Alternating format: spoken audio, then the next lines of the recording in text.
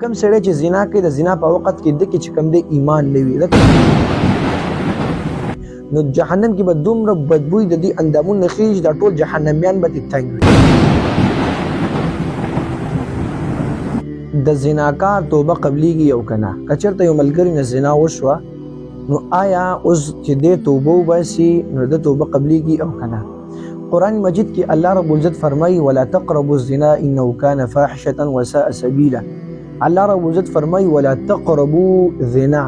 الله وی تاسو منځ کېږئ زنا ته. ولې دا چې کوم دا ګناه ده فاحشه ده او دا لاره ده بده وساء سبیله بده لاره ده.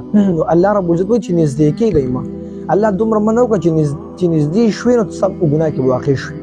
او حدیث کې راځي کوم انسان چې ګناه کوي د زنا کوي یعنی حدیث کې دا راغلی دی کم سړی چې زنا کوي د زنا په وخت کې د کې چې کم دی ایمان نه وي. ځکه حدیث کې راځي لا یزني الزاني حين یزني وهو مؤمن.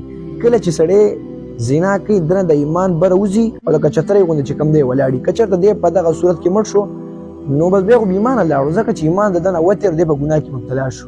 او حدیث کې دا راځي کله چې زناکار سړی او ښځه الله رب العزت جهنم ته لړه کړي نو جهنم کې به دومره بدبوی د دې اندامونه خېږي دا ټول جهنميان به تنګ وي. ډېر زیات چې کم دی ګناه چې کم دی دې باره کې حدیث کې راغلی ده.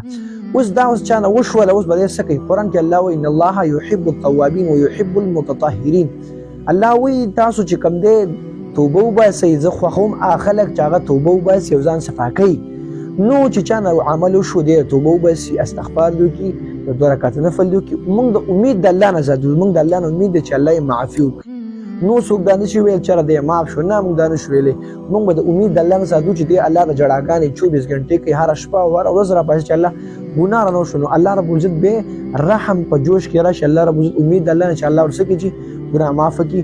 نو هر مسلمان له پکار چې د ګناه کار چې کوم نه نزدېکت ونه کړي او ګناه جوړېږي څنګه ستر ګناه او خبره تور نه ځانو سره کېني پاسي رابطې وشي سړی چې کوم د په ګناه کې مبتلا کړي نو الله رب العزت هر مسلمان د زنا نه چې کوم دی لرې چې کوم دی دور وساتي او الله رب العزت به موږ تاسو باندې رحم وکړي او الله رب العزت موږ تاسو د رسول الله صلی الله علیه وسلم نقش قدم باندې روان کړي. واخر دعوانا ان الحمد لله رب العالمین.